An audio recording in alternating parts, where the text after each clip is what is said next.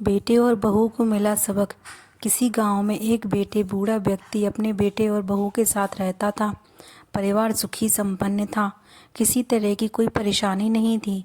बूढ़ा बाप, जो किसी समय अच्छा खासा नौजवान था, आज बुढ़ापे से हार गया था।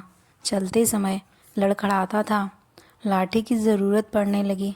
चेहरा झुर्रियों से भर चुका था। बस अपना जीवन किसी तरह व्यतीत कर रहा था। घर में एक चीज़ अच्छी थी कि शाम को खाना खाते समय पूरा परिवार एक साथ टेबल पर बैठकर खाना खाता था। एक दिन ऐसे ही शाम को जब सारे लोग खाना खाने बैठे, बेटा ऑफिस से आया था। भूख ज़्यादा थी, सो जल्दी से खाना खाने बैठ गया और साथ में बहू और उसका एक बेटा भी खाने लगे। बूढ़े हाथ जैसे ही थाली उठाने को हुए, थाली हाथ से छिटक गई। थोड़ी दाल टेबल पे गिर गई। बहू बेटे ने घृणा दृष्टि से पिता की ओर देखा और फिर से अपना खाने में लग गए। बूढ़े पिता ने जैसे ही अपने हिलते हाथों से खाना खाना शुरू किया तो खाना कभी कपड़ों पे गिरता, कभी ज़मीन पर। बहू चिढ़ते हुए कहा, हे राम, कितनी गंदी तरीके से खाना खाते हैं। मन करता है इनकी थाली किसी अलग कोने में लगवा देते हैं।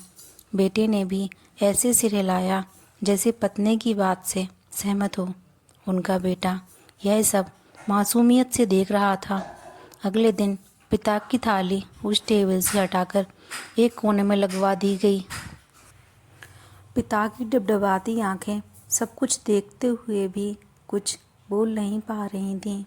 बूढ़ा पिता रोज की तरह खाना खाने लगा। खाना कभी इधर गिरता, कभी उधर। छोटा बच्चा अपना खाना छोड़कर लगातार अपने दादा की तरफ देख रहा था। माँ ने पूछा, क्या हुआ बेटे, तुम दादाजी की तरफ क्या देख रहे हो और खाना क्यों नहीं खा रहे?